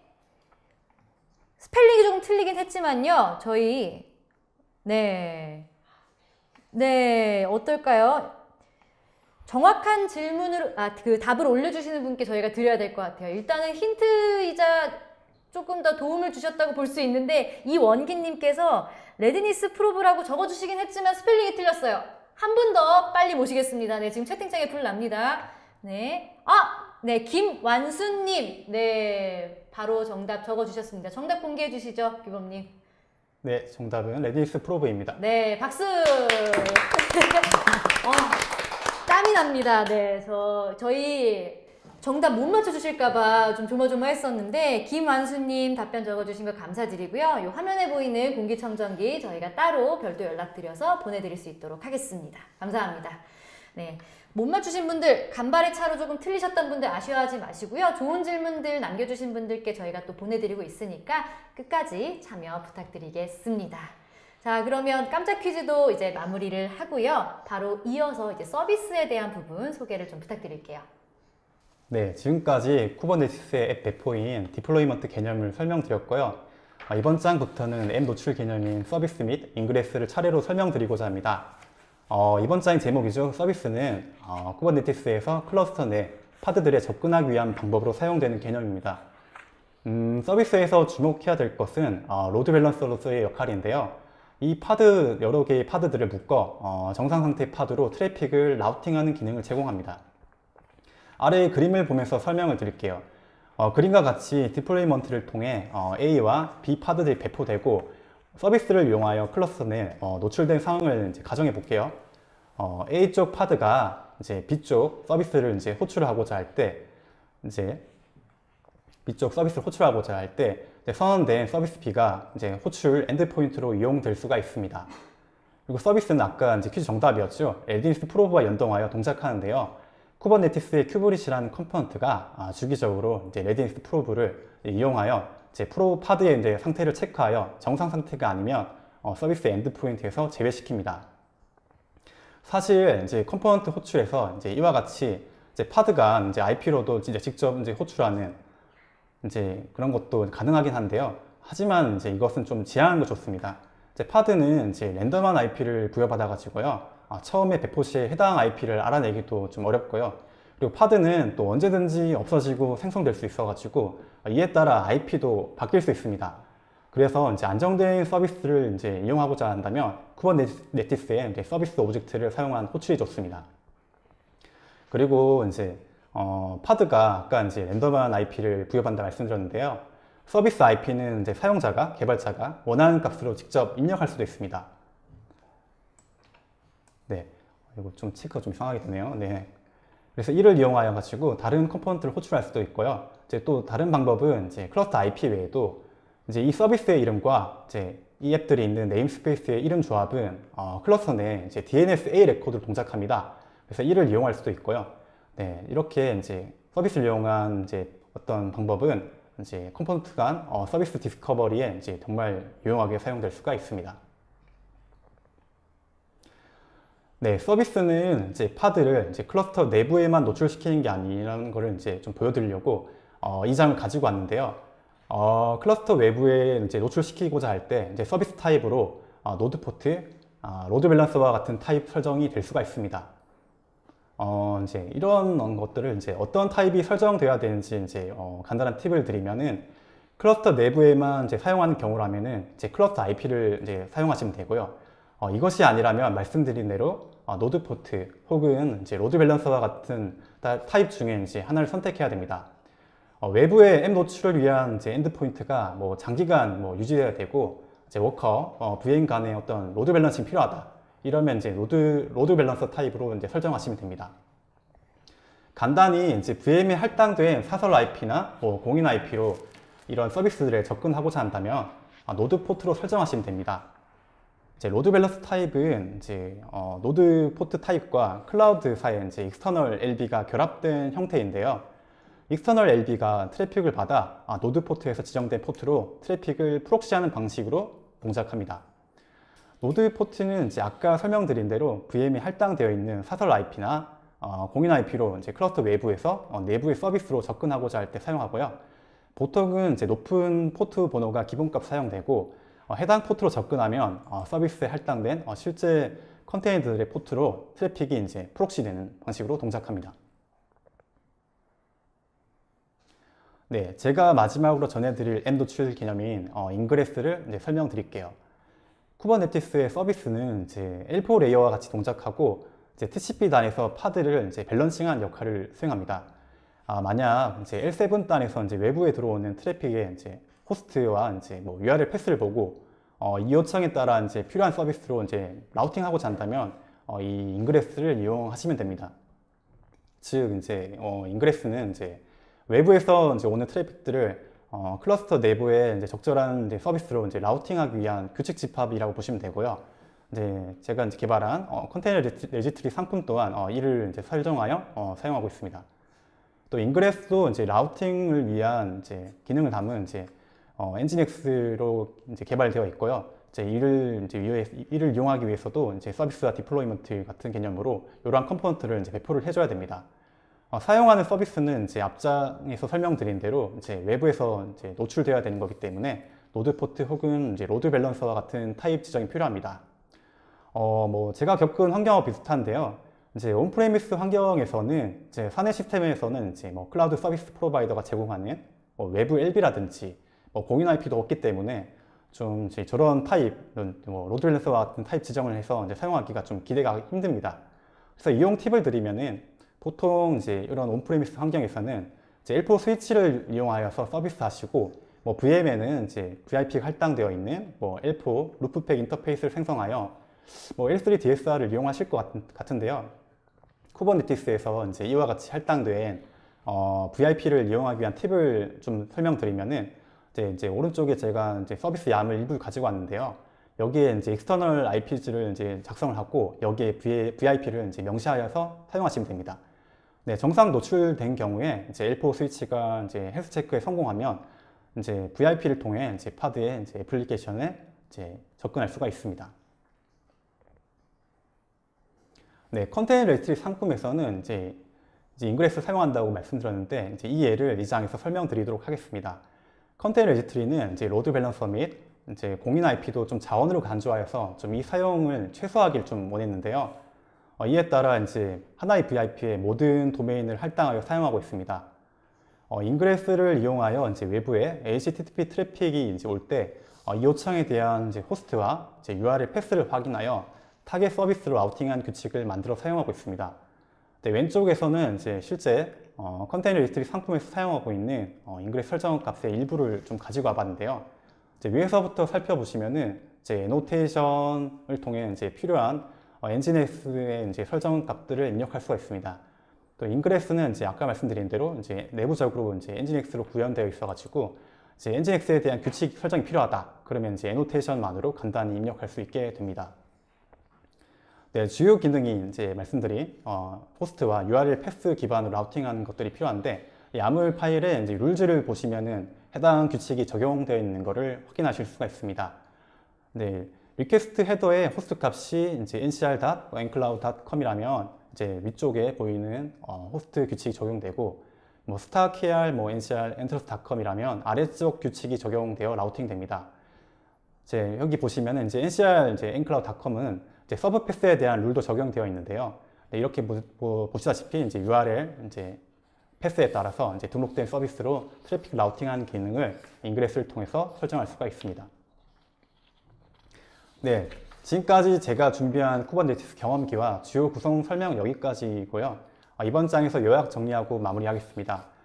앱 배포는 이제 디플로이먼트를 통해 이루어진다고 말씀을 드렸고요. 배포 단위는 파드 입력, 배포 시 필요한 파드 레플리카 수를 일정하게 유지시켜주는 컨트롤러로서도 동작한다고 말씀을 드렸습니다. 그리고 앱 노출은 이제 서비스와 인그레스가 사용된다고 말씀을 드렸고, 서비스는 이제 클러스터 안박으로 이제 파드를 노출할 때 사용하고, 인그레스는 이제 HTTP 리퀘스트의 이제 호스트 및 URL 패스 기반 라우팅으로 적합한 서비스의 라우팅이 필요하다. 그럼 이때 사용한다고 말씀을 드렸습니다. 네. 그리고 좀 끝으로 저희 좀 소회를 말씀드리면은 저는 쿠버네티스를 배울 때 좀 그 개념하고 디스크립터인 야물을 좀 이해하는 데 좀 시간이 많이 걸렸던 것 같은데 지금 느낀 생각은 좀 그만한 가치가 있는 플랫폼인 것 같습니다. 앱 배포와 이제 앱 노출에 관한 것들을 상당 부분 자동화해줘가지고 저는 좀 오히려 개발에 좀 집중을 더 할 수 있게 돼서 좀 만족도가 많이 높았던 것 같습니다. 네, 오늘 세션이 여러분들이 좀 쿠버를 적극적으로 활용하는 계기가 되셨으면 좋겠습니다. 네, 이것으로 발표를 마치겠습니다. 감사합니다. 네, 감사합니다. 꼼꼼하게 잘 설명해 주셨는데요. 쉽지만은 않았다라는 말을 마지막에 좀 남겨주셨어요. 쿠버네티스를 활용해서 개발을 진행하면서 실제로 좀 많은 에피소드가 있으셨을 것 같은데 네. 좀 내가 이거 아니었으면 진짜 좀 큰일 날 뻔했다. 되게 좋다라는 경험담 하나 짤막하게 좀 더 말씀해 주실 수 있을까요? 네. 일단은 이제 플랫폼 운영하는 데 있어가지고 항상 잘 굴러가거나 좋은 상태만 있지는 않겠죠. 가끔씩 문제가 생겨가지고 이제 롤백도 하고 그런 상황이 있어야 되는데 제가 쿠버를 이용하면서 참 좋았던 점이 이제 배포에 대한 버전 관리가 된다는 것입니다. 그래서 이런 히스토리를 확인해가지고 내가 언제든 이제 문제가 있을 때 구버전으로 롤백하는 기능을 되게 쉽게 활용할 수 있었고요. 또 이제 컨테이너 플랫폼의 장점도 말씀드릴 수가 있겠습니다. 이제 여러분들이 개발하실 때 이제 아무래도 오픈소스를 많이 이용하실 텐데요. 이런 오픈소스는 약간 외부에 노출되어 있는 어떤 개념인데, 제 같은 경우에는 이제 사용하던 어떤 패키지가 외부에 있던 게 좀 없어져가지고, 네, 빌드가 안 되는 그런 문제가 있었습니다. 근데 컨테이너 같은 경우에는 그 빌드 시에 이러한 패키지들을 모두 패키징 해가지고 미리 준비해 놓기 때문에 정말 문제가 생겼을 때 컨테이너 플랫폼을 사용하면은 이런 문제를 되게 좀 쉽게 해결해서 롤백도 쉽게 가능해집니다. 네. 네, 당시에 깜짝 놀라셨겠어요. 네, 정말. 식은땀이 막 나셨을 것 같은데 쿠버네티스를 사용함으로써 조금 더 개발 과정의 안정성을 높였다라고 볼 수 있겠네요. 네. 네, 정말 다행입니다. 오늘 준비해주신 발표 무사히 맞춰주셔서 감사합니다.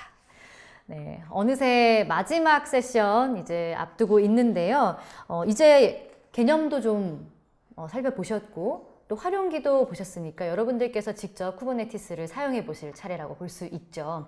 저희가 앞서 설명드렸듯이 이제 곧 5월에 저희 네이버 클라우드 플랫폼 쿠버네티스 서비스가 정식 출시를 앞두고 있습니다. 그래서 해당 상품에 대한 소개 간단하게 좀 들어보시고 실제로 어떻게 사용하면 되는지 사용 방법 데모도 함께 확인을 해보도록 할 텐데요. 이번 세션은 MVP 정낙수 에반젤리스트 분들의 분의 발표를 통해서 확인을 하시도록 하겠습니다. 네, 부탁드리겠습니다.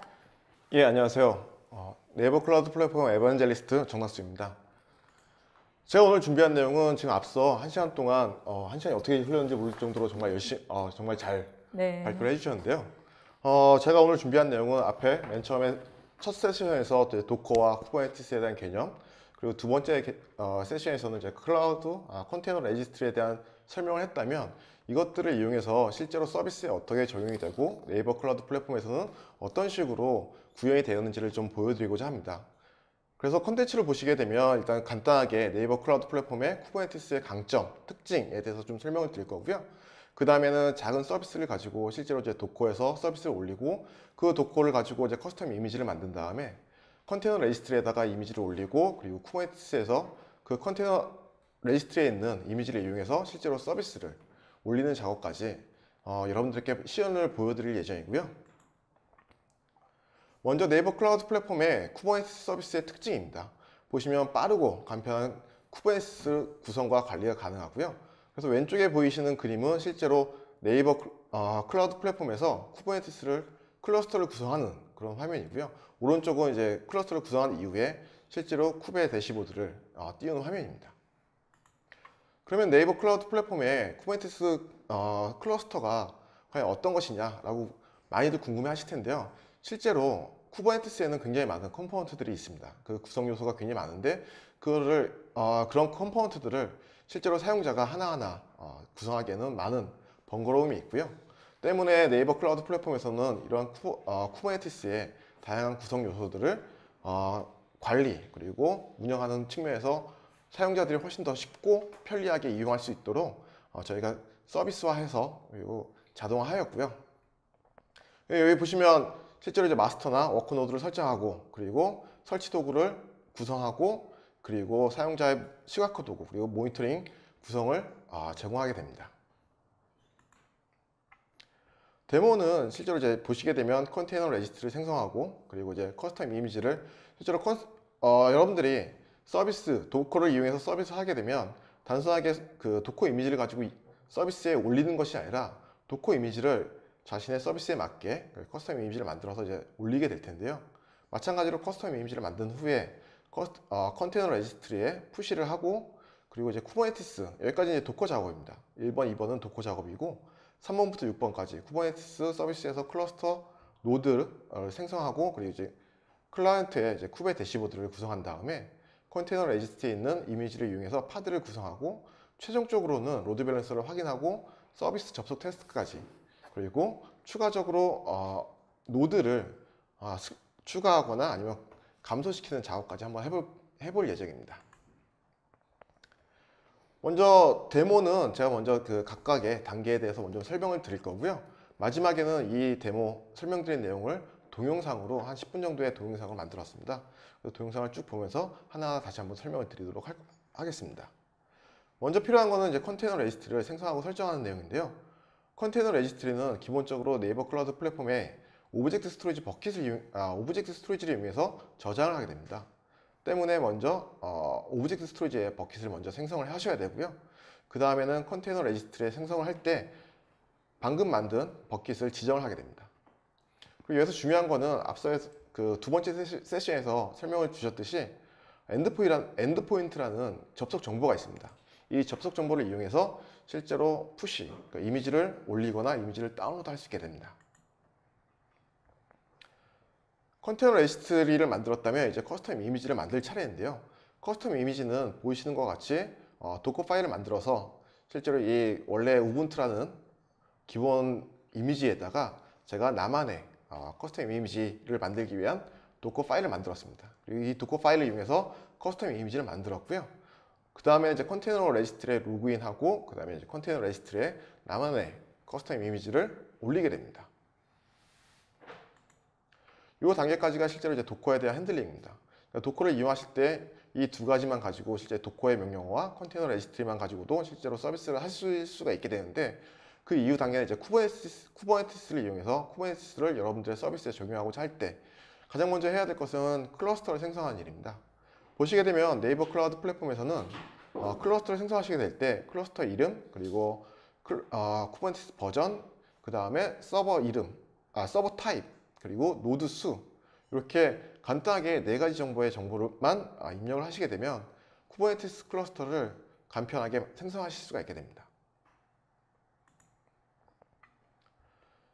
쿠버네티스는 금방 만들어질 것이고요. 그 다음에 하셔야 되는 거는 이제 쿠버네티스에 대해서 실제로 이제 컨트롤하는 작업이 필요할 텐데 그때는 다양한 툴들이 있지만 여기서는 이제 쿠베 CTL을 이용해서 실제로 이제 쿠버 대시보드를 구동을 하고 쿠베 대시보드에서 실제로 이제 다양한 설정 작업을 해보도록 하겠습니다.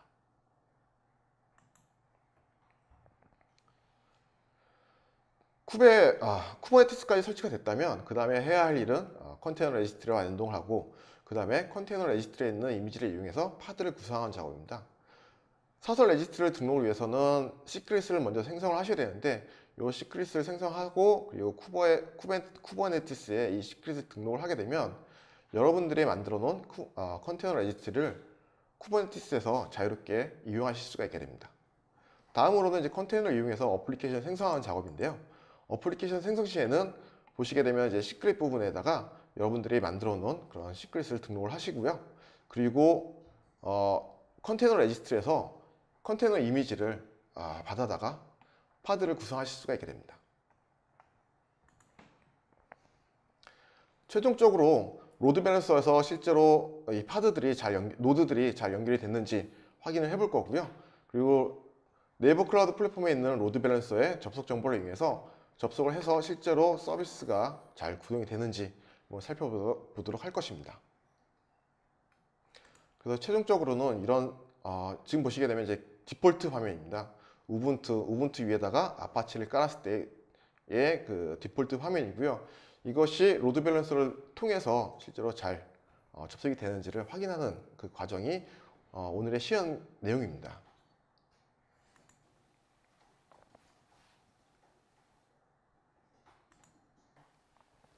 지금 보시게 되면 요거는 이제 네이버 클라우드 플랫폼의 이제 콘솔 화면이고요. 먼저 하셔야 되는 일은 오브젝트 스토리지에서 버킷을 생성하는 일입니다. 여기서는 이제 쿠베라는 이름으로 버킷을 먼저 만들어 보겠습니다. 이거는 컨테이너 레지스트리를 위한 버킷이고요. 그래서 여기에 실제로 이제 다양한 도커 이미지들을 저장을 하게 될 겁니다. 네, 쿠베라는 이름으로 일단 만들어 놨고요. 이제 여기까지 만드셨으면 이제 버킷은 다 만들어졌고, 그 다음에 해야 할 일은 컨테이너 레지스트리를 만드는 작업입니다. 그래서 컨테이너 레지스트리 메뉴에 가셔서 레지스트리 이름은 여기서는 이제 쿠베 레지스트리라고 이름을 주겠습니다. 그리고 버킷은 방금 만든 오브젝트 스토리지에 있는 쿠베라는 버킷으로 이름을 지정할 거고요. 그럼 보시는 것 같이 쿠베 레지스트리라는 그런 레지스트리가 만들어졌습니다. 보시면 여기에 중요한 게 레지스트리 엔드포인트. 이걸 이용해서 실제로 나중에 도커 명령을 이용해서 이미지를 푸시하거나 풀하게 됩니다. 그리고 이제부터는 이제 도커에 관련된 내용인데요. 먼저 이제 도커를 설치를 하고 실제로 이제 우분투 이미지를 받아 보겠습니다.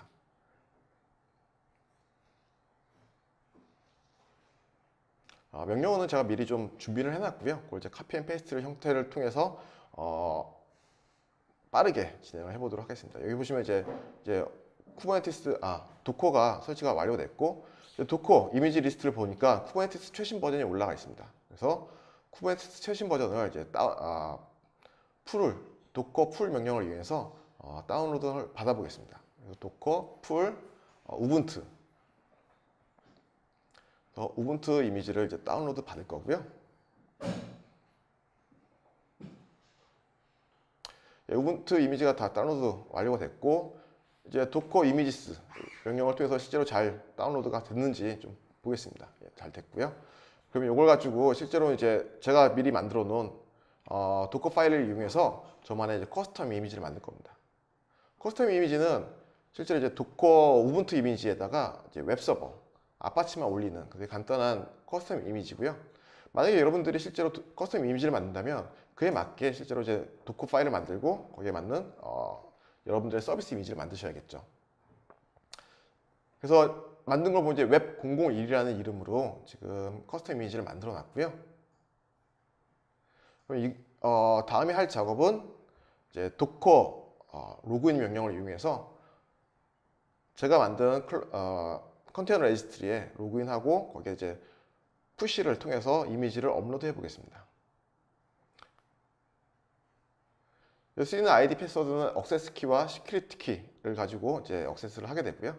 다 됐으면은 이제 도커 태그 명령을 이용해서 태그를 달아 주셔야 되고, 그 다음에 이제 최종적으로 도커 푸시 명령을 이용해서 나만의 커스텀 이미지를 컨테이너 레지스트리에 업로드를 하게 됩니다. 도커 푸시, 그 다음에 엔드 포인트 적어주시고, 그 다음에 제 커스텀 이미지 적어주시면 업로드가 되겠죠.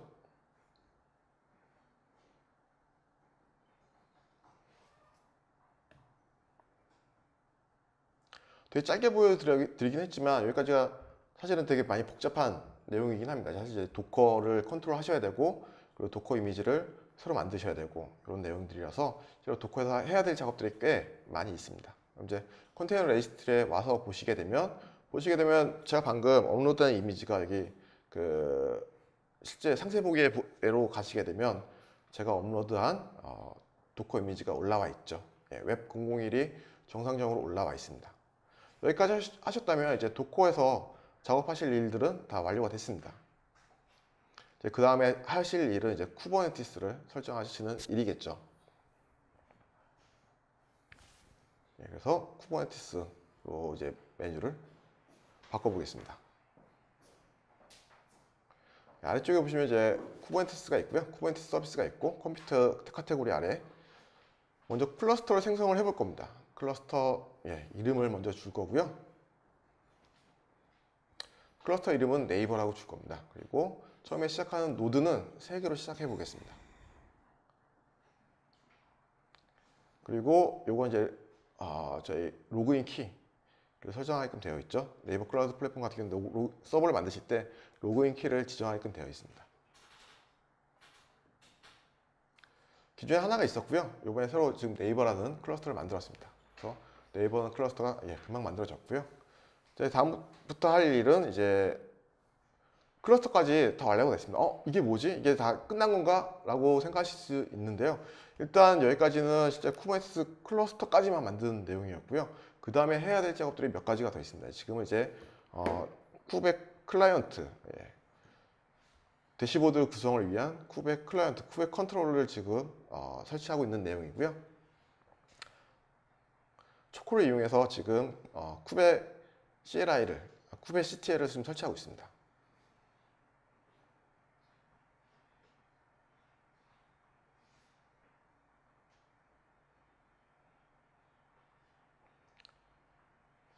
초코를 먼저 설치를 하셔야 되고요. 지금 현재 윈도우 환경이기 때문에 그렇고 초코를 먼저 설치를 하시고 그 다음에 쿠버네티스 CLI를 초코를 이용해서 설치를 하시게 되면 여기까지 하시게 되면 쿠버 클러스터 구성되었고 그 다음에 쿠베 CTL까지 설치가 되었습니다. 이제 쿠베 CTL을 이용해서 쿠베 대시보드를 한번 띄워보겠습니다. 지금 설정 파일을 지금 클러스터에 대한 설정 파일을 제가 다운을 받았습니다.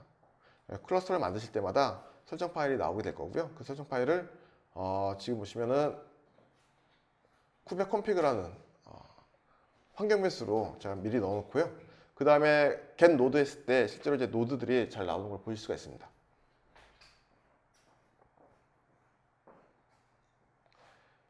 보시게 되면 쿠버네티스의 실제로 저 노드들이 컴퓨터에 있는 서버 메뉴에 가보시게 되면 실제로 저 노드들이 서버로 다 올라와 있는 걸 보실 수가 있고요.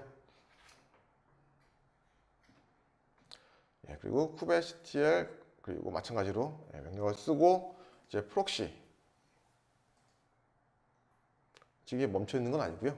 프록시라고 쓰게 되면 그러면 저희 대시보드가 뜨게 됩니다.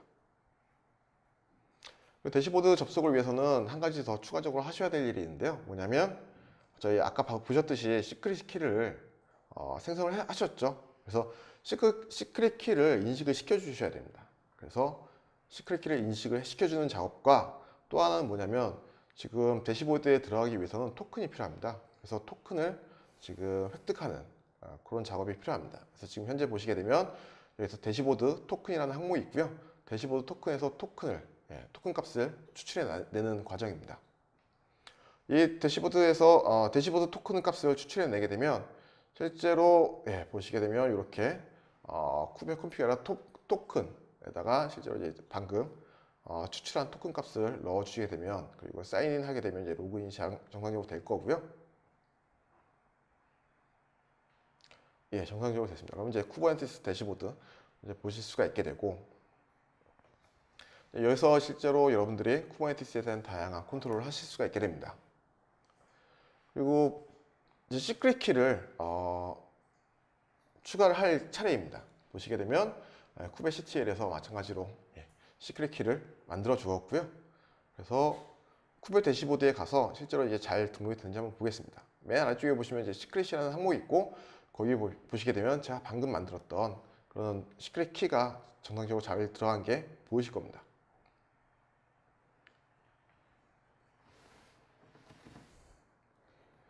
그리고 지금 현재 이제 다음으로 할 작업은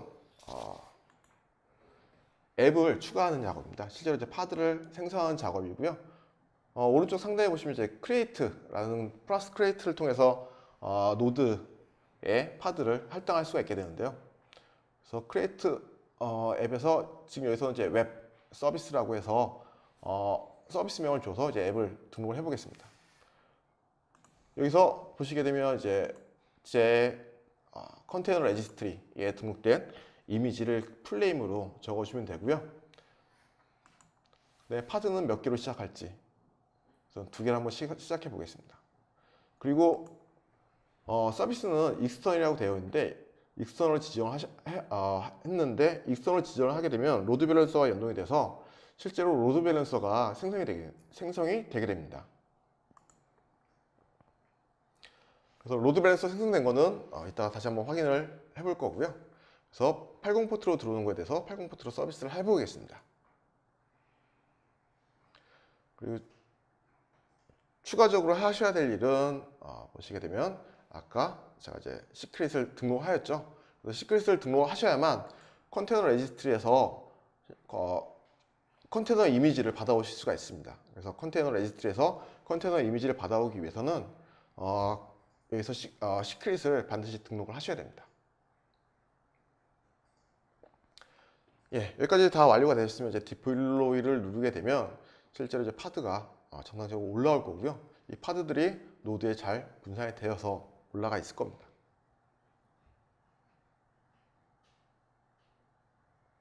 그러면 실제로 이제 노드가 어떻게 구성되는지를 쿠베 대시보드에서 한번 볼 건데요. 예, 보시게 되면 여기 세 개의 노드가 정상적으로 등록이 되어 있는 거 잘 보셨을 겁니다. 그러면 지금 현재 보시면 실제로 서버에서도 세 대의 서버가 올라가 있고요. 그럼 마지막으로 이제 로드 밸런서로 실제로 접속을 해보겠습니다. 이제 파드가 잘 생성이 됐고 서비스가 잘 되는지 보기 위해서 보시게 되면 로드 밸런서에 있는 접속 정보를 이용해서 실제로 접속을 해본 겁니다. 보시게 되면 로드 밸런서 역시 잘 생성이 됐고 로드 밸런서 하단에 보시게 되면 이제 적용 서버라고 있는 게 있죠. 예, 적용 서버 보시게 되면 노드들이 잘 등록이 됐고 성공이라고 나와 있습니다. 80포트 서비스 잘 되고 있다고 보시면 되고요. 그래서 접속 정보를 이용해서 실제로 서비스에서 접속을 해보실 수가 있는 거죠. 마지막으로는 이제 쿠버네티스 서비스에서 이제 노드를 자유롭게 늘렸다 줄였다 하는 작업을 한번 해보겠습니다. 여기 보시면 지금 현재는 저희가 지금 베타라서 CBT라서 지금 노드는 최대 5개까지만 제공해드리고 있고요. 그래서 지금 3개에서 4개로 한번 바꿔보겠습니다.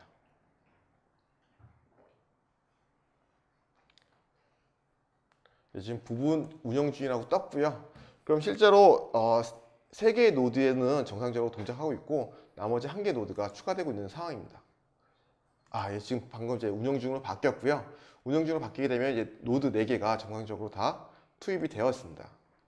쿠버네티스 대시보드에서 한번 확인을 해보죠. 보시게 되면 쿠버네티스 노드 한번 보겠습니다.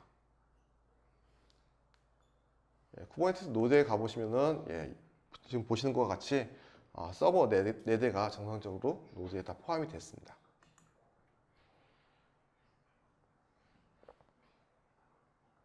여기까지가 제가 준비한 시연 내용이었고요. 보시면 아시겠지만 실제로 네이버 클라우드 플랫폼에서 되게 간단하고 쉽게 쿠버네티스를 구성하실 수가 있고 또한 쿠버네티스의 다양한 기능들을 그대로 이용하실 수가 있습니다. 이를 통해서 여러분들의 서비스를 네이버 클라우드 플랫폼 하에서 쿠버네티스 서비스를 자유롭게 그리고 보다 쉽고 간편하게 이용하실 수가 있게 되는 거죠. 네, 직접 화면을 준비해 주셔가지고 조금 더 봤을 때 이해가 쉬울 것 같아요. 그래서 실제로도 이제 저희 정식 출시가 돼서 직접 사용이 가능하시면은 저희가 참고하실 수 있도록 이제 이 해당 영상도 저희가 따로 유튜브 공식 채널에다가 편집을 해서 올리게 될 예정인데요. 영상 통해서 차근차근 따라해 보시면 좋을 것 같습니다. 네, 오늘 발표해 주셔서 감사합니다. 네. 이렇게 세 분의 발표 모두 전에 들었는데요. 준비한 세션은 모두 마쳤기 때문에 아까 사전에 말씀드린 대로 여러분들께서 진행하는 내내 주셨던 질문들 중에 5질문을 꼽아서 답변을 직접 드리고 선물도 드리는 시간 갖도록 하겠습니다. 자, 그러면 첫 번째 질문 먼저 만나보실 텐데요. 실제로 채팅방에서 굉장히 중복이 많이 돼서 올라왔던 질문이에요. 많은 분들이 그만큼 궁금하셨다는 걸 텐데 이도원님께서 주신 질문으로 제가 읽어보겠습니다. 혹시 구성한 컨테이너에 대해 보안 취약점을 사전에 파악할 수 있나요? 라고 질문을 주셨는데요. 이 부분은 어떤 분께서 답변 주실 수 있을까요? 네. 제가 컨테이너 레지스트리 개발자라서 아마 네, 규범님께서 답변 드리겠습니다. 네, 현재 이제 그 컨테이너 레지스트리 상품은 이제 뭐 특별히 이런 걸 제공하고 있지 않습니다. 말씀드리면은 이제 컨테이너 내부에 이제 어떤 정적 분석을 통해서 취약점 등을 분석할 수 있는 이런 기법들이 이제 오픈소스로 많이 공개가 되어 있고요. 컨테이너 레지스트리 상품에서는 이제 올해 하반기 중으로 컨테이너 레지스트리를 몇 개 올리시면은 거기에 대해서 취약점 리포트를 제공하는 그런 피처를 이제 제공해 드리려고 하고 있습니다. 조금만 기다려 주시면 해당 피처를 네이버 클라우드 플랫폼 컨테이너 레지스트리에서 만나보실 수 있을 것 같습니다. 네, 보다 안전하게 사용하실 수 있도록 저희가 최대한 빠르게 제공을 해드린다는 점 한 번 더 말씀을 주셨고요. 두 번째 질문 또 만나보도록 하겠습니다. 이 두 번째 질문은요, 이정호님께서 주신 질문인데요. 운영 중인 컨테이너의 백업은 어떤 식으로 하는지 궁금합니다. 각 컨테이너에서 발생하는 로그는 어떤 식으로 관리를 하는 것이 좋을지도 궁금하네요. 라고 질문을 주셨는데요. 이거는 어떤 분께서 답변을? 네, 제가 답변 네. 드리겠습니다. 네네. 질문 자체 컨테이너에 대한 백업이라고 주셨는데, 뭐 컨테이너 자체에 대한 백업은 이미지, 뭐 도커 파일이나 이미 가지고 계실 것 같고요. 그 이미지를 이용해서 백업을 받으실 수 있는 부분이고, 실제로 문의 주셨던 부분은 이제 그 컨테이너 내부의 데이터에 대한 부분일 것 같고요. 이 부분은 저희 NCP의 NAS 상품 이용을 하셔서 PV 이용을 하시면 실제로 내부 데이터, 컨피그레이션 파일들 사전에 백업을 받으실 수가 있을 것 같고요. 뭐 로그 같은 경우 실제로 고민이 많으실 거라고 생각이 되고요. 뭐 여러 가지 상용 솔루션도 많이 있긴 합니다. 근데 이제 뭐 오픈 소스를 이용을 하신다면 뭐 파이비트나 뭐 플루언트 D 로그스태시 같은 걸로 로그를 긁으신 다음에 뭐 엘라스틱 서치로 파싱해서 뭐 비주얼라이징 해주는 여러 솔루션들이 있잖아요. 뭐 그라파나 같은 걸로 이제 보실 수가 있고요. 뭐 거기에 대해서 뭐 저희 오브젝트 스토리지 상품을 이용을 해서 실제로 로그를 디파짓 하실 수도 있을 것 같습니다. 네, 답변 감사합니다. 다음 질문도 이어서 만나볼게요. 다음 질문은요, 이석곤님께서 주신 질문인데요. 쿠버네티스가 FT, 그러니까 폴트 톨러런스죠. FT를 제공한다고 했는데 HA, High Availability라는 어떤 차이가 있나요? 라고 질문을 주셨는데 이거는 세 분 중에서 어떤 분께서 주실 수 있을까요? 규범님 혹시 네. 굉장히 저도 평소에 좀 많이 생각했던 그런 부분인데요. 네. 폴트 톨러런스는 이제 한국말로 고장 감내, 아까 제가 설명드렸죠.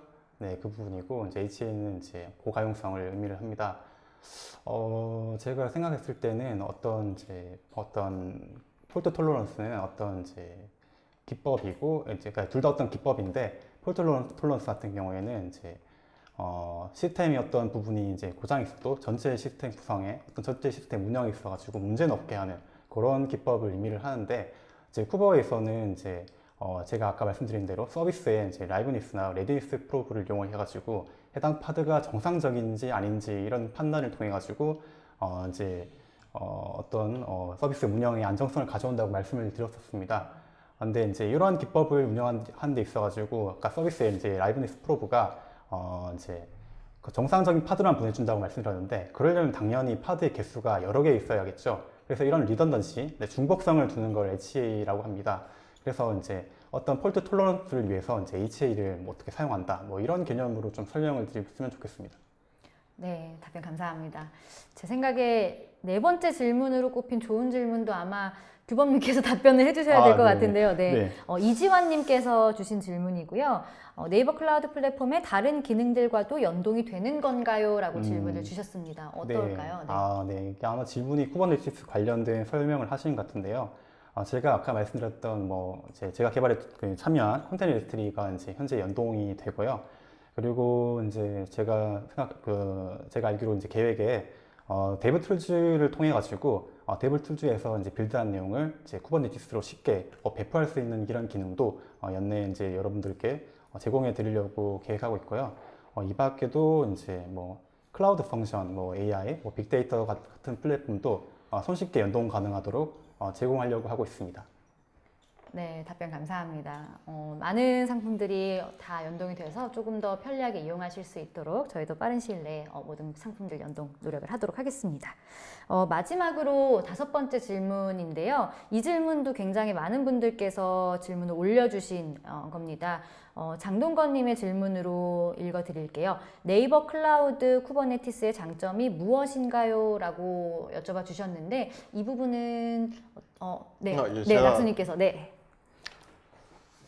네이버 클라우드 플랫폼 쿠버네티스, 그러니까 네이버 클라우드 플랫폼 자체가 실제로 사용자가 사용하기 쉽고요. 그리고 사용자 친화적인 그런 부분들이 되게 강점이고 또 이제 기술 지원도 굉장히 잘 되어 있죠. 언제든지 여러분들이 궁금하실 때 질문을 주실 수가 있고 그 질문에 언제든지 저희가 답변을 드리고 있기 때문에 그런 부분에서 네이버 클라우드만의 네이버 클라우드 플랫폼만의 강점이 있는데 쿠버네티스도 마찬가지입니다. 쿠버네티스도 합리적인 가격, 그리고 쉽고 사용하기 쉽고 그리고 편리하고, 또한 저희 기술 조직들 그리고 이제 개발 조직들이 여러분들의 궁금한 점 그리고 부족한 점 그리고 여러분들이 필요한 점들을 언제든지 지원하실 수 있다는 그런 지원 부분에서 가장 큰 강점이 있다고 보시면 될 것 같습니다. 네, 답변 감사합니다. 이렇게 5개의 질문을 만나보았는데요. 지금 제가 언급해드렸던 그 댓글 참여자분들께는 저희가 별도로 연락을 드려서 미니 공기청정기 보내드릴 수 있도록 하겠고요. 그리고 저희가 아마 지금 보고 계시는 화면에서 설문 참여가 가능하실 거예요. 그래서 설문도 저희가 준비한 게 있으니까 그것도 참여를 많은 분들께서 해주시면 감사드리겠습니다. 네, 끝으로 작은 안내를 하나 더 해드리면요. 네이버 클라우드 플랫폼의 사용자 그룹이 페이스북에 오픈이 되었습니다. 그래서 기존에는 서비스를 사용하시면서 좀 불편하셨던 점이나 궁금하신 점이 있으면 고객센터를 통해서 문의를 좀 주셨을 텐데요. 뭐 그것보다 실은 클라우드 그 스터디나 아니면은 좀 활용 후기 같은 게 궁금하신 분들은 정보를 얻을 수 있는 창구가 좀 부족한 게 아닌가 생각을 하셨을 거예요. 그래서 저희가 사용자 그룹을 페이스북에 오픈을 했으니까요. 지금 화면에 보이시는 이 안내사항 참고하셔서 많이들 가입해 주시고 팁들도 많이 올려주시고 또 다른 유저분들은 어떻게 사용하시는지도 함께 정보 공유를 할 수 있었으면 좋겠습니다. 네, 오늘 채팅방으로 정말 많은 질문과 또 의견들 남겨주셨는데 질문들에 대해선 저희가 여기서 소개를 해드리지 못했던 질문은 따로 세미나 종료 후에 답변을 드릴 수 있도록 하겠고요. 또 아쉽다는 점에 대한 의견도 많이들 남겨주셨습니다. 그래서 저희가 그 점들은 꼭 저희가 마음에 좀 깊이 좀 새겨서 다음에 세미나를 또 준비해서 소개를 해드릴 때 더 나은 모습으로 만나뵐 수 있도록 최선의 노력을 또 다하도록 하겠습니다. 네, 긴 시간 동안 저희 웨비나 자리 끝까지 지켜주셔서 감사드리고요. 오늘 남은 하루도 좋은 시간 보내시고 다가온 주말도 즐겁게 보내시길 바라겠습니다. 네, 오늘 고생 많으셨습니다. 감사합니다. 감사합니다.